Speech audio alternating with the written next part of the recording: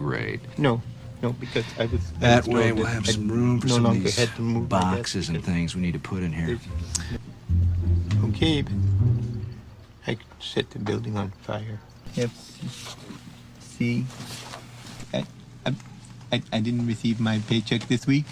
You're gonna have to talk to payroll about that. I did in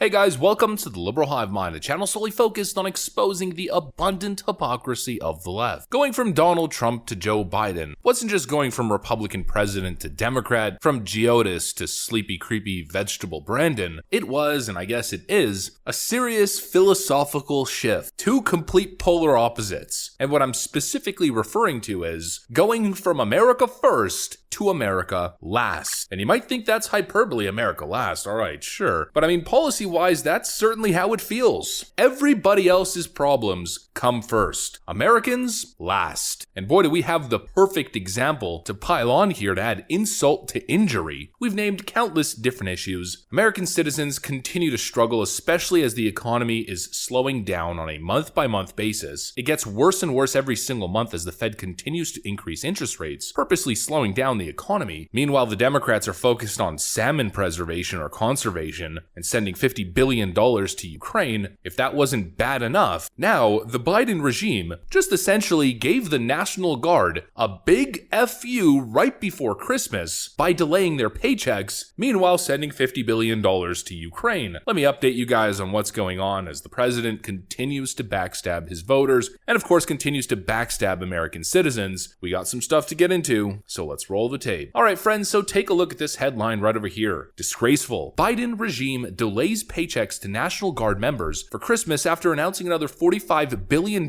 giveaway to Ukraine. Earlier this week, Senate Republicans, under the leadership of Mitch McConnell, came to an agreement with Democrats on a $1.7 billion spending bill to avoid a government shutdown. The bill gives another $44.9 billion to Ukraine, where it disappears into the ether. According to Roll Call, the package includes $858 billion in defense spending, a nearly 10% increase over the previous fiscal year, and $787 billion in non-defense spending, close to an 8% increase. It would also provide roughly $85 billion in supplemental funding to Ukraine and disaster relief, but despite the price tag, the bill does not secure the open US border with Mexico. In fact, the Biden administration is spending money, currently fighting with Arizona to stop them from building their own wall using shipping containers, but that's another story entirely. The point is they're actually spending money to make the border less secure. But let's continue on with the article. The bill does little to help working Americans or their families. National Guard members were informed this week that their check will not come until after Christmas via the Post-Millennial. Hello gents, if you have been tracking the pay issue that has been plaguing the unit and the division as well, the info is from CSM. Good afternoon CSM. You are probably already tracking there are pay issues. Many soldiers were due pay today. They received LES but did not receive the funds. Here's what we know. The issue seems to be at DFAS and is related to the CR. NGB was not made aware of the issue or decision prior to today. NGB is currently working the issue. We would hope the issue is rectified today or tomorrow. This is unfortunate and can cause serious issues and aggravation across the formation, which are understandable, especially 2 days before Christmas. I think the messaging is important that it's understood the issues are at the highest levels and everyone in the division and state are pushing for immediate resolution. This is a message from BDE CSM. And so one word, priorities. I mean, again, a total slap in the face. It's the same thing I always say. Whether it's the student loan issue, people voting for Biden expecting one thing, then getting a nice little slap in the face from old Sleepy Joe. Or whether we're talking about railroad union workers asking for paid sick leave, Joe Biden for months went on and on about how pro-union he was and how he was always going to take the side of the union workers. Then a nice little geriatric grandpa Sleepy Corn Pop Joe slap in the face to union workers, again another betrayal. And then here we go. American citizens, patriots, expecting pay in the National Guard aren't going to get their paycheck till after Christmas. You know, a lot of these individuals are relying on that paycheck to be able to buy gifts for their children and family. Some of these individuals are probably banking on that check to be able to travel in the first place and go see their family, but they just got shafted by the Biden regime, which might have been an acceptable situation if there's an actual issue with the payment system, there's just an accounting problem, and you knew that the Biden administration was making it their utmost priority to do something about it and allocate funds to solving the problem. But that, of course, is not what's going on. The Biden administration, these Democrat goons, are focused on wartime propaganda. They're focused on propping up Volodymyr Zelensky as some sort of wartime superhero, a globalist leader of the people, a celebrity. They're focused on handing him an open check, as many billions as he needs, for as long as he needs it until they accomplish their goal. By the way, their goal is to achieve regime change in Russia. Volodymyr Zelensky making that goal very clear on multiple occasions on the record. In other words, the war is probably going to last for friggin' ever. But really, if we're just talking about the slap in the face, it's just the timing of it all. It's the issue of priorities. Democrat priorities are not domestic, they're foreign. Globalist priorities. They're more focused on the elitist globalist dream than they are on the American citizens, and this shows it. In fact, all their actions show it. And of course, their non-actions show it as well. The non-action on the border is a perfect example. Prioritizing the economic dreams of foreigners ahead of the economic stability of American citizens. They don't care about you. And even to the extent of leaving the National Guard without a paycheck for Christmas because they're too busy in Washington rolling out the red carpet for Volodymyr Zelensky and handing him a big fat blank novelty check than they are fulfilling their commitments to the National Guard. Let me ask you a question. Do you think this would have ever happened under Donald Trump? Never. And if it did, oh, trust me, the media would non-stop let you know about it. 24/7 news coverage. Meanwhile, Joe Biden does it, and he's still supposedly the most patriotic man to ever grace the earth with his presence. It's a complete farce. But what it really is a track record